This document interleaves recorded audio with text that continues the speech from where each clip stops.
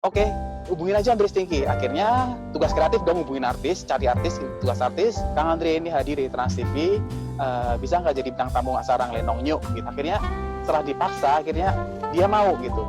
Dia nanyain, case-nya jadi apa? Ya episode 1 jadi satpam, saya itu masih ingat. Yang episode 2 dan 3, gue agak bingung jelasinnya. Jadi apa ya, Kangnya jadi banci, Kang gitu. Gimana sih ceritanya kok bisa itu rumah lawas zaman dulu kecil yang horor berhantu, katanya berhantu itu menjadi rumah isolasi? Itu tahu nggak ceritanya? Ayo subscribe YouTube channelnya Brisk Entertainment karena merupakan satu-satunya channel YouTube yang membahas secara tuntas dan eksklusif kisah suka dan duka para manajer artis Indonesia dan pelaku bisnis entertainment Indonesia. Subscribe sekarang dan klik loncengnya sekarang ya.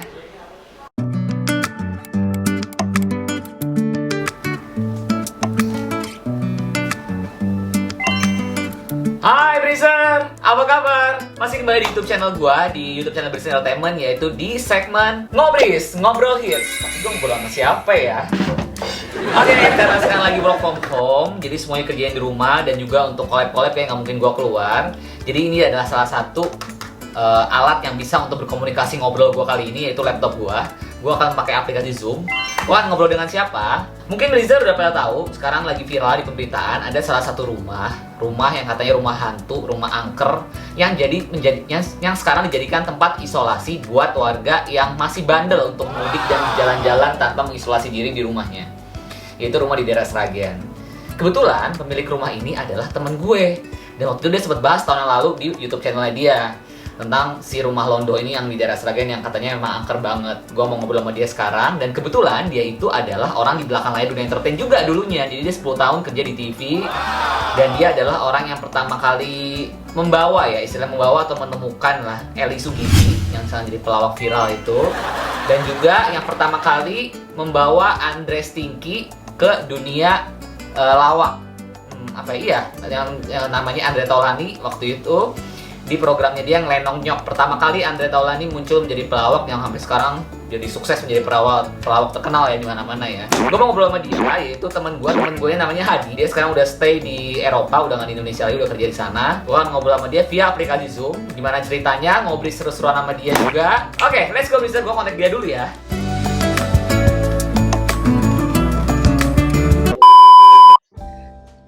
Hai Briser, sekarang gue udah bersama dengan Hadi. Halo. Hai Di, apa kabar? Hadi Baik, di jam Belanda berapa? ya? Kadang-kadang di Belanda, kadang ke Belgia, ada 2 tempat karena kerjaan saya harus mengharuskan ke 2 tempat itu gitu. Oh gitu, tapi by the way, itu lu lagi di mana sih backgroundnya itu?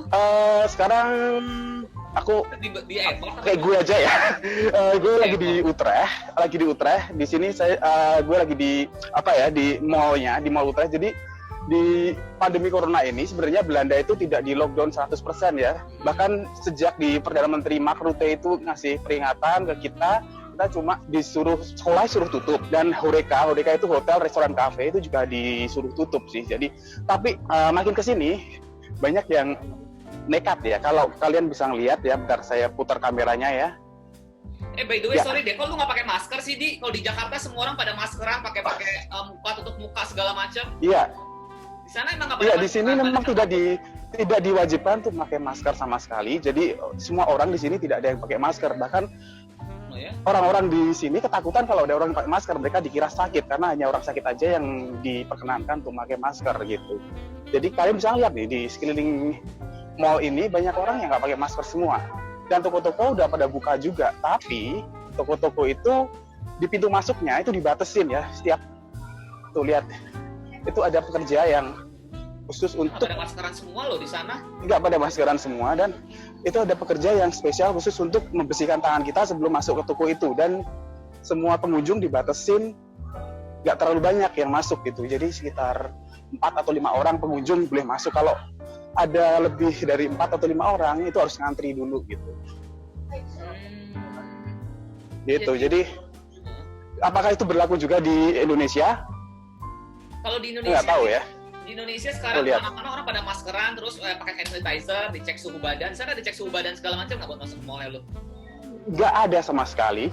Bahkan aku kan kerja di sebuah supermarket. Aku kerja di situ.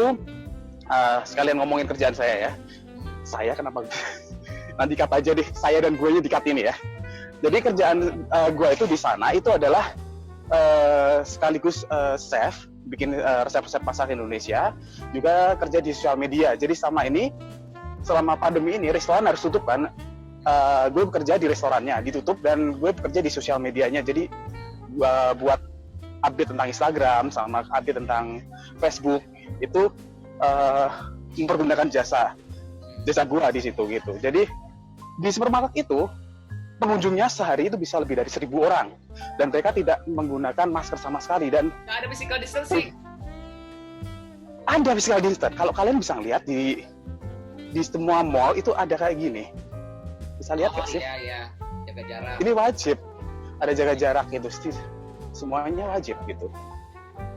Ya. Oke, ini tadi kan udah Bahkan, bicara kondisi yang di Belanda sekarang ya, kondisi corona di sana. Sekarang lu bisa lu agak santai nggak sih? Gue pengen ngobrol tentang sesuatu lagi hit sekarang nih. Kan hari ini sekarang jadi buat bisa yang pada belum tahu hari ini siapa, hari ini itu adalah seorang yang pernah kerja di dunia entertain, di produser TV. Berapa lama sih lu di 10 tahun ada ya? 10 tahun. Aku udah 10 tahun. Gue udah 3 stasiun TV gue jelajahin, dari Trans TV, terus waktu itu ada di Channel, terus terakhir sebelum hijrah ke Negeri Company di Antv. Nah, terus kan lu lagi viral banget nih rumah lu sekarang di sana, jadi rumahan. Kan lu asal dari Sragen, rumah lu dijadiin rumah isolasi buat warga-warga yang bandel mudik, yang katanya rumah berhantu itu loh, Di. Lu tahu kan? Ya gue nggak tahu sih sebenarnya gue kan juga ketika dapat berita di sebenarnya gue kan punya YouTube channel juga. Sampai jalan-jalan gitu kayaknya. Oh ya, aku nyari tempat duduk dulu ya. Oke. Nyari tempat duduk ke tempat berdiri dulu ya. Biar Hadi cari tempat duduk. Biar udah. Lu cut dulu ya, gue cari tempat dulu. Ini lu cut dulu. Nah, sekarang udah pindah tempat ya, udah lebih enak ya daripada di mall tadi. Ya, ini lebih sepi. Sekarang gua ada di Oudegracht. Oudegracht itu adalah kanal tua. Ternyata di Utrecht juga ada kanalnya juga, nggak ada yang kayaknya Amsterdam. Jadi kalian yang jalan-jalan ke Utrecht, kalian bisa jalan-jalan, atau kalau musim panas atau musim semi, kalian bisa naik kapal atau naik kano di kanal ini. Gitu. Oke, langsung aja, Ki. Lo pengen nanya apa aja? Oke, tadi sebelum gue mau bahas tentang masa rumah lo yang horor, yang di rumah isolasi itu, gue mau bahas tentang yang dulunya. Dulu kan lo kerja di TV kurang lebih 10 tahun lebih ya. Lo kerja di TV, pernah di Trans TV, RTV, dan juga di Antv. Nah, cuman yang gue penasaran, ini adalah lo kan katanya orang yang gue tahu ya, maksudnya kan gue juga pernah kerja bareng lo di Trans TV. Lo kan yang nemuin Eli Sugigi pertama kali, yang ngasih nama Eli Sugigi, dan juga ya ngasih nama salah satu orang yang nemuin Eli Sugigi ya. Salah satu orang yang gitu ya. Terus dan juga lo bawa Andre Stinky yang tadinya penyanyi main di komedi di program Lenong Nyok, dan itu juga gue ngeliat sendiri di program di YouTube-nya Andre, dia bilang sendiri kalau dia pertama kali main komedi itu di Lenong Nyok. Kayak bisa jadi pelawak ya? Nggak nyangka. Lu apanya panutannya siapa sih? Kok bisa lucu gitu? Gua aja nggak bisa sebenarnya. Gua ngikut orang terus. Ya karena dulu di OVJ, sebelum di OVJ kan gue ngelenong. Oh iya, di Trans TV. Di Trans TV. Pakai skrip dulu, belum improv, pakai skrip. Baca skrip. Nah, di Lenong itu ternyata yang lucu itu selain Bedu, gua. Padahal gua pada waktu itu bukan basicnya pelawak. Kata siapa? Kata gua. Kata gua. Oke, terus. Ya. Gue ceritain dari awal gue masuk ke Trans TV dulu ya. Tahun 2006 itu gue masuk ke Trans TV, jadi dikasih tugas untuk megang acara Lenong Nyok sebagai kreatif gitu. Kreatif itu tugasnya adalah yang nyari artis, yang kasih ide tentang cerita-cerita itu, yang revisi skrip dan sebagainya gitu. Dan sebelum masuk Trans TV, gue adalah salah satu penggemar beratnya band Stinky dan Raja. Gue memanfaatkan momen gue kerja di TV untuk bertemu dengan artis-artis atau penyanyi-penyanyi idola gue dong gitu. Saat itu tahun 2007 gue hampir setahun ya kerja di Trans TV itu, syutingnya pindah ke Studio Hanggar karena Studio 2 dipakai untuk acara sahur saat itu. Jadi saat itu Kang Irfan Hakim, salah satu dari cast-nya si Lenong Nyok itu, kan cast Lenong Nyok ada 7 saat itu, ada Irfan Hakim, ada Ferry Mariadi, ada Yulia Rahman, ada Deswita Marani, terus ada Adul, ada Bedu, dan almarhum Big Diki gitu. Jadi salah satu nggak bisa datang karena kita udah skripnya udah siap. Jadi tapi tangan Irfannya nggak bisa datang gitu. Jadi dari produser saat itu Mas Ferry Dasungka dan aspeknya Mbak Wina itu menyuruh kreatif untuk cari penggantinya. Siapa itu penggantinya yang gantiin Irfan Hakim? Karena nggak mungkin dong kita menghilangkan cast itu, karena sedangkan cast itu ada di skrip gitu.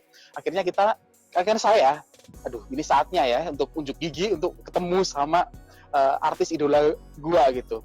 Akhirnya gue ngusulin gimana kalau Andre Stinky, Mas Ferry gitu. Siapa Andre Stinky? Dia kan penyanyi gitu. Ya kita coba dulu aja, siapa tahu dia lucu gitu. Karena dia sekarang kan belajar nyanyi lagi. Ya udah kalau kalian ya kan sebetulnya kalian karena itu kreatifnya gue sama Rini saat itu. Ada Rini, namanya Rini, orang Jogja. Oke, hubungin aja Andre Stinky. Akhirnya tugas kreatif dong hubungin artis, cari artis, tugas artis. Gue telepon Andre Stinky. Kang Andre ini hadir di Trans TV, bisa nggak jadi bintang tamu acara Ngelenong Nyuk gitu. Ngelenong Nyuk apa? Acara komedi gitu. Gue nggak bisa ngelucu mas gitu. Manggil gue masih mas tadi, gue nggak bisa ngelucu. Gue bisa nyanyi sih nggak apa-apa, kalau komedi nggak bisa. Coba aja dulu Kang, nggak apa-apa, 3 episode kok, syutingnya cuma syutingnya cepet dari jam 2 sampai jam 10 malam, 3 episode udah kelar itu. Aduh nggak percaya diri mas. Akhirnya setelah dipaksa, akhirnya dia mau gitu. Dia nanyain, case-nya jadi apa? Ya episode 1 jadi satpam, saya itu masih ingat. Yang episode 2 dan 3, gue agak bingung jelasinnya. Jadi apa ya Kang ya, jadi banci Kang gitu. Gue masa sih Teguh Raflesi yang ganteng gitu mau aja sama Tamara Bleki yang kayak anjing herder. Ini bagian kan ya, Rafli itu kan agak-agak lenje-lenje gimana gitu ya Bo ya. Karena saat itu program yang banji-banjian itu masih digemari masyarakat. Dari tahun 2007-2008 itu kita belum ada KPI. Tayangan jam 8 pagi itu masih bebanjian dan ngomongin fisik orang itu masih belum jadi sebuah bullying, bukan sebuah bullying, dan belum ada KPI lah, belum ada rambu-rambunya, jadi ada borderisnya, jadi masih aman gitu. Jadi akhirnya jadi banci, gue gak bisa jadi banci mas ya, karena Kang Irfan ini spesial banget untuk masalah jadi banci di Ngelenong Nyuk. Ya gimana lagi Kang, coba aja dulu. Akhirnya dia datang, deal harga, dia datang syuting di studio Hanggar, dia datang terus teman-teman pada Kang Ferry Maradi sosok nyanyi mungkin kah lagu-lagu nyindir-nyindir. Gimana sih dia penyanyi kok jadi pelawak? Coba dulu aja Kang. Akhirnya syuting kelar dan ternyata 3 episode itu lucu banget dengan adanya Kang Andre. Acting Kang Andre luar biasa. Akhirnya produser gua saat itu Mas Ferry, iya gak nyangka ya tiba-tiba Kang Andre actingnya luar biasa banget di Ngelenong Nyuk. Jadi banci menghayati banget, jadi satpam juga lucu banget saat itu. Akhirnya Mas Ferry Dasungga itu adalah produser Ngelenong Nyuk saat itu, mengusulkan kalau bintang tamu tetap itu Andre Stinky aja gitu, masih bintang tamu ya. Hal itu membuat artis-artis Ngelenong Nyuk yang lainnya itu ketar-ketir, karena dari 7 artis ini mereka ketakutan, siapa tahu kalau Andre masuk berarti salah satu dari mereka akan dikeluarkan. Jadi Kang Irfan sama Kang Ferry yang ketar-ketir karena kedua orang ini adalah orang yang setipe dengan Kang Andre, maksudnya orang ganteng yang lucu gitu. Akhirnya istilahnya Tora Sudironya extravaganza lah istilahnya gitu. Mereka kata jangan-jangan salah satu di antara kita diganti sama Kang Andre nih. Ternyata dari hasil brainstorming kita tidak mengeluarkan satu pun, kita menambah Kang Andre jadi cast tetap. Akhirnya kita bikin OBB, opening untuk Ngelenong Nyuk yang baru dengan menambahkan Kang Andre di situ gitu. Jadi dengan adanya Kang Andre, rating semakin bagus. Akhirnya pada tahun 2009 itu saat adanya acara musik di pagi hari seperti Inbox dan Dahsyat, Trans TV mulai goyah untuk bikin acara seperti itu juga. Akhirnya dia ngedrop Ngelenong Nyuk digantikan acara The Rings. Saat Ngelenong Nyuk di drop, itu pemainnya otomatis gak dipakai lagi dong gitu. Tapi Trans 7, gue bisa cerita nggak ya, Mbak RT itu adalah eksekutif produser kita, namanya Mbak RT waktu itu pindah ke Trans 7 jadi kepala departemen saat itu, kepala departemen produksi. Akhirnya mengusulkan salah satu dari pemain Ngelenong Nyuk yaitu Andre Stinky untuk masuk ke program di Trans 7. Tim di acara Opera Van Java saat itu, acara baru Trans 7. Jadi tim Opera Van Java juga setuju membuat tim Opera Van Java juga setuju membuat Andre Stinky ini menjadi salah satu cast utama mereka setelah Sule dan Asis dan sebagainya itu. Dan di situ mulai di Opera Van Java acaranya booming, nama Andre Stinky juga booming lagi sebagai komedian, bukan sebagai penyanyi ya, justru sebagai komedian. Itulah yang saya tahu perjalanan Andre Stinky dari penyanyi menjadi komedian. Eli Sugigi gimana ceritanya, lu juga kan kasih nama Eli Sugigi waktu di Ngelenong? Ya yang ngasih nama itu adalah tim kreatif ya. Karena gue nggak bisa nyebutin gue gitu, kesannya gue kayak hero-nya itu, bukan hero-nya, gue salah satu orang yang membuat karir Eli Sugigi ini lebih baik di dunia entertainment. Jadi pertama kali Po Eli ini adalah sebagai penonton bayaran biasa, penonton Ngelenong Nyuk gitu. di Lenongnya itu selalu ada penonton di depannya kan yang suka nyorakin, suka nyeletukin, dan itu ada sekitar 20 orang. Nah itu kita bekerjasama dengan agensi tertentu gitu ya. Dan Po Eli ini adalah salah satu orang yang datang. Dia bukan agensi, bukan kepala agensinya, tapi dia salah satu penonton yang datang. Karena bentuknya unik, maaf ya Po Eli ya, bentuknya unik, gue bukan bullying ya, ini bentuknya unik, hingga teman-teman cast Ngelenongyo, teman-teman artis Ngelenongyo itu senang bercanda dengan dia saat take, walaupun saat take maupun saat lagi make up dan sebagainya. Itu jadi bahan bercandaan mereka, sehingga teman-teman artis itu, teman-teman cast Ngelenongyo itu sebagai trigger untuk semakin lucu lagi di lawakannya di Ngelenongyo saat taping gitu. Makanya dengan adanya Po Eli, mereka semakin semangat lagi, dan akhirnya salah satu dari cast itu minta Po Eli dimasukin dong dalam satu episode biar kita bisa semangat lagi untuk, bukan membuli ya, untuk jadi bahan candaan, maaf ya, bukan candaan ya, untuk membuat mereka semakin melucu lagi, bisa melucu lagi gitu.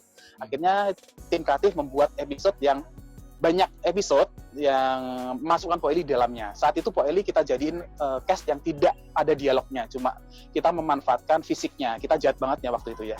Akhirnya masuklah Po Eli. Kita jadiin cast sebagai kuntilanak, jadi pocong atau apa gitu. Jadi dia muncul untuk nakut-nakutin. Sebenarnya dia muncul nggak jadi apapun, orang udah takut gitu. Dan habis apapun mereka udah takut gitu. Ada episode yang seperti itu juga. Tega banget deh kita ya. Kita jadi masukin Po Eli jadi apa? Jadi cewek cantik. Jadi siapa? Dari dokter. Dokter apa? Dokter gigi. Semua pada ketawa saat brainstorming. Ya, jadi dokter gigi. Tetap tanpa dialog, tapi kita dalinin cantik. Oke. Di kan settingnya itu adalah ruang tunggu dokter. Ruang tunggu dokter. Terus di situ harus ada nama, papan namanya, ada dokter apa ya, dokter Eli Sugigi aja kan, dokter gigi, Eli Sugigi. Akhirnya kita tulis Eli Sugigi di situ. Jadi jadi nama Eli Sugigi dipakai terus. Eli Sugigi ya. Iya. Akhirnya ya, karena ada di ruang tunggu kan ada nama plang namanya. Itu dari kita request ke properti nama Eli Sugigi ditempelin di dekat pintu ruang masuk dokter itu gitu. Akhirnya dokter Eli Sugigi di situ. Dan mulai saat itu di title tentang siapa pemain cast-castnya itu ada nama Eli Sugigi juga. Dan sempat Po Eli juga protes, nama gue kan Eli Suhari, kenapa jadi Eli Sugigi? Udah nggak apa-apa Po Eli, mungkin ini akan jadi hoki buat Po Eli ke depannya. Akhirnya ya dengan sampai sekarang kan, akhirnya dia berjuang sendiri setelah dari Lenong nggak ada, dia tetap jadi agensi penonton kan, karena gara-gara Lenongnya ratingnya bagus, karena penontonnya bagus, agensi dari Po Eli. Itu semua acara-acara di Trans 7 saat itu menggunakan jasa Po Eli. Hampir 80% dari acara-acara di Trans 7 pakai penonton dari jasa Po Eli itu. Jadi namanya semakin melambung sebagai agensi penonton. Akhirnya dia pernah ngomong sama gua, Mas, aku juga pengen jadi artis lah. Ya casting aja Po. Akhirnya dengan dia berjuang, dengan perjuangan dia casting kesana kesini, akhirnya dia dapat peran atau apa dengan menggunakan nama Eli Sugigi ini, dan sampai sekarang ya kita lihat hasilnya, gue bangga lihatnya kok gitu. Luar biasa.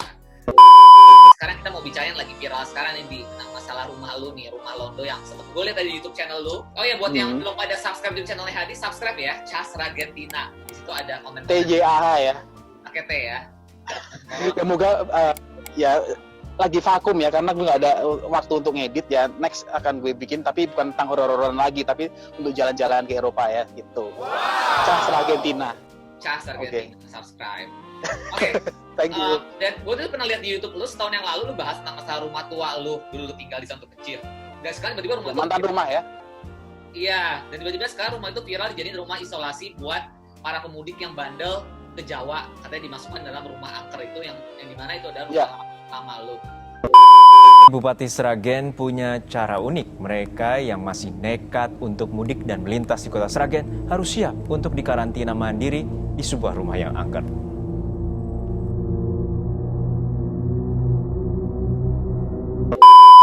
Gimana sih ceritanya kok bisa itu rumah lawas zaman dulu kecil yang horor berhantu, katanya berhantu itu dijadiin rumah isolasi? Lu tahu nggak ceritanya?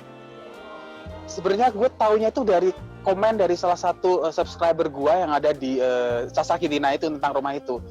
Ini jadi gue kesini gara-gara rumah ini jadiin tempat karantina COVID di daerah Sragen itu.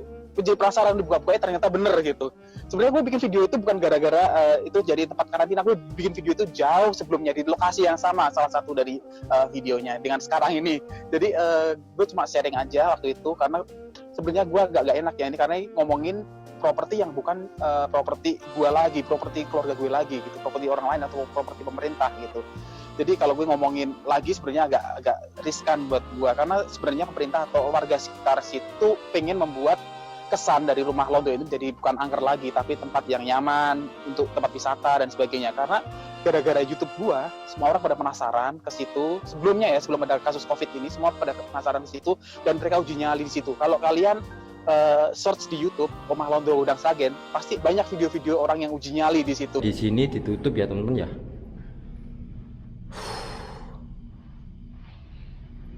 Selama lu 9 tahun tinggal di sana, lu emang menemukan sesuatu yang horor atau pernah ngeliat hantu? Seperti yang katanya sekarang 3 orang pemudik yang dikarantina di sana katanya ngeliat hantu, bener nggak sih itu sebenarnya?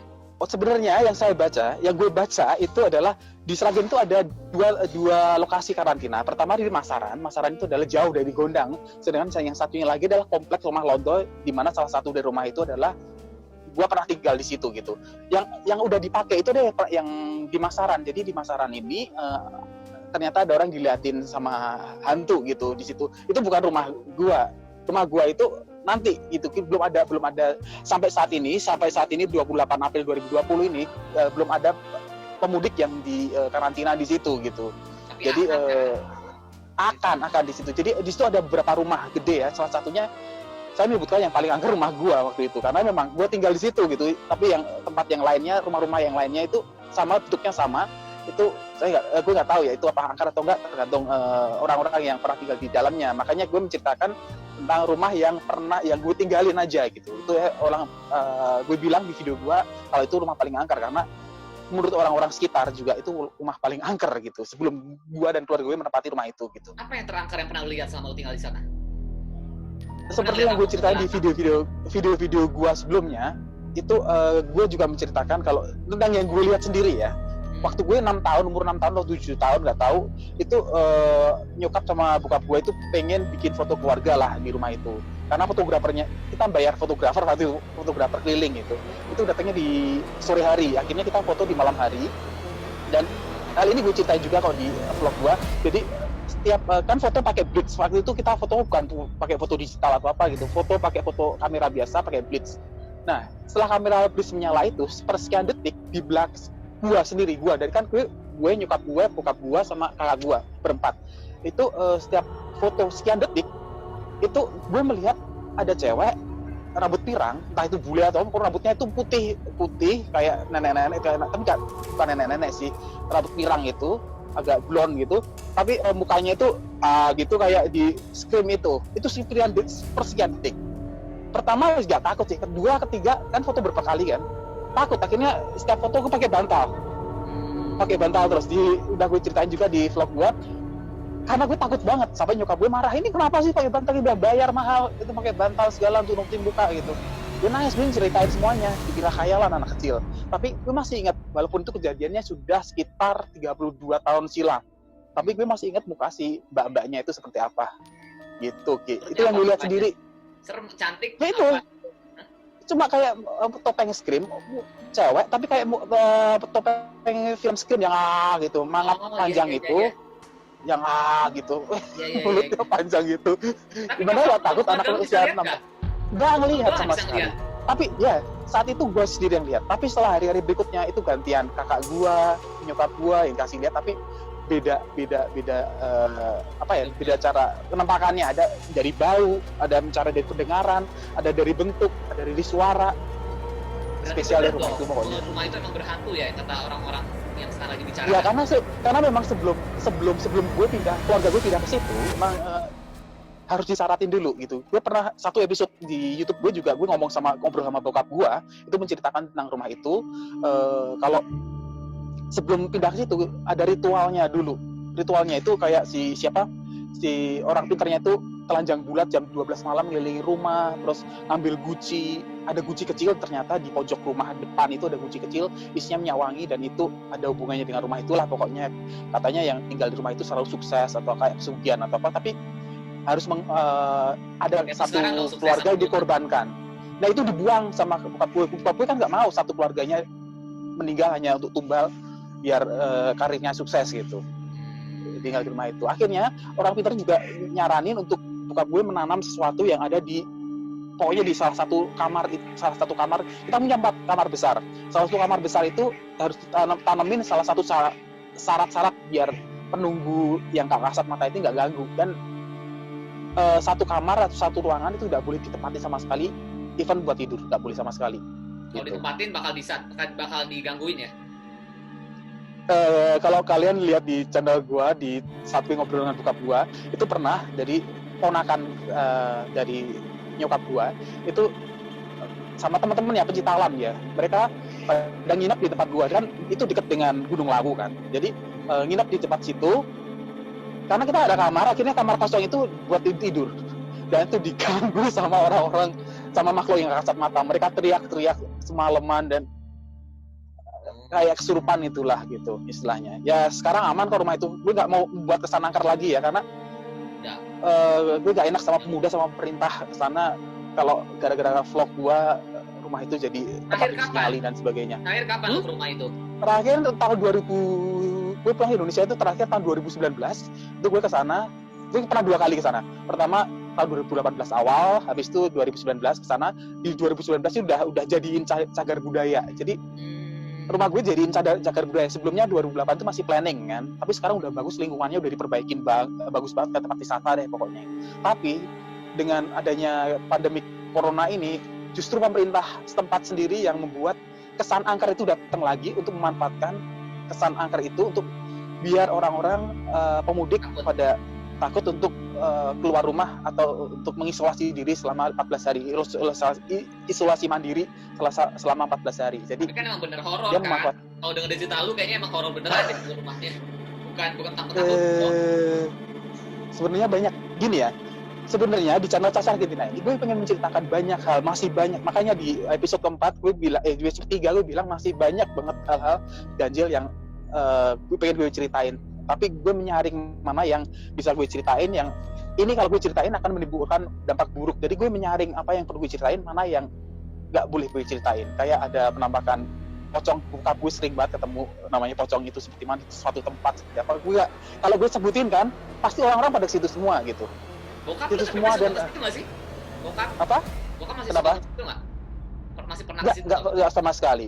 Bokap gue udah di rumah di Sragen, udah nggak pernah sama sekali. Tapi dari pengalaman keluarga gue, bokap gue yang paling banyak mengalami, kan dia kepala keluarga ya kan, jadi dia paranormal experience tentang rumah itu banyak banget. Kalau gue hanya segelintir yang gue pernah diliatin A, B, C, D, E itu dalam mimpi, dan gue pernah dibawa sama 2 makhluk raksasa yang ada di pohon mangga. Itu gue ceritain semua di vlog gue kok. Jadi sama ibu gue pernah ngimpi sesuatu yang sama, detailnya sama, rumahnya sama, kejadiannya sama gitu. Tapi dalam mimpi gitu. Serem kan? Kayak ceritanya bakal panjang sih sebenarnya ya. Cuman kayaknya mungkin cukup kali ya, sampai situ aja kali dia. Buat ya nggak apa-apa. Bisa pada nonton di YouTube channelnya Cas Argentina, di YouTube channelnya Hadi udah dibahas 4 episode. Bukan promo ya, gitu. Gue sebenarnya bukan promo, takutnya ntar gue promoin ke dirimu atau pansos ke dirimu, enggak. Kalau pengen nonton aja. Ya. Tapi channel Cas Argentina itu lebih ke kalian kalau pengen jalan-jalan ke Eropa, bikin visa Schengen, gimana caranya. Terus kalau ke Amsterdam atau ke Belanda atau ke Eropa, itu apa yang perlu kalian lakukan. Terus makanan di Indonesia ada nggak di sini. Itu yang pengen gue sampaikan di channel Cas Argentina itu. Tapi kalau bonusnya adalah pengalaman-pengalaman gue tinggal di rumah Londo gitu. Adi, makasih banyak. Stay safe terus lo di sana. Semoga sehat. Oke. Kalau ke Eropa kabar-kabarin ya. Siap. Makasih banyak. Jangan lupa untuk semuanya subscribe YouTube channel Bersih Entertainment, subscribe, like, comment, and share, dan juga YouTube channel Cas Argentina buat tahu perkembangan dunia entertainment atau dunia yang lagi update sekarang. Oke, gue pulang, gue langsung ke Rotterdam sekarang.